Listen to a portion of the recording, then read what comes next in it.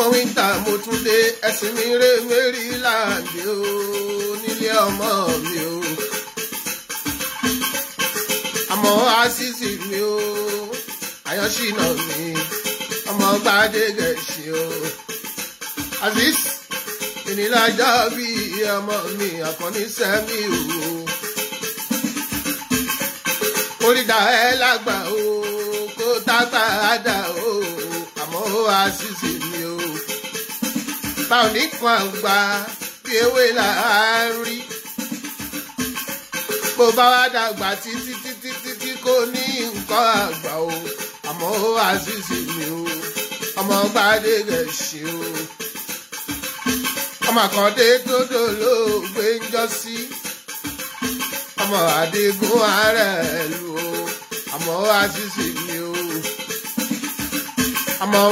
ọmọ Adépàtẹ ẹ̀mí ẹkún ṣe púpọ̀ ọdún láyé.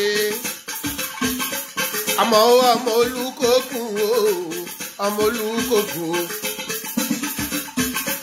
ọmọ Olúkòkun láríwájú ọmọ Olúkòkun ẹ̀mí ẹkún ṣe púpọ̀ ọdún láyé o. Azeez ọmọ dáadáa. Bàbá Junior o ọkọ̀ Jacqueline gangan. Súnbọ̀ Akítì ló ní kí ẹ o ọmọ Balógun dòdó ń dára o ó ní kí ẹ sílé tàbí ẹ kó ṣe púpọ̀ ọdún láyé. Azeez ọmọ Àkànní Sẹ́mi ò lè wálé. ó bá ẹ dúpẹ́ f'Ẹlẹ́dùmarè ọba ògo tó dá ẹ sí dọ́jọ́ èmi o wàá ṣe jù bẹ́ẹ̀ lọ. ọmọ June 12 o àmọ́ àṣìṣe o. ayé ò ní dá ẹnu o bí June 12 o àmọ́ o.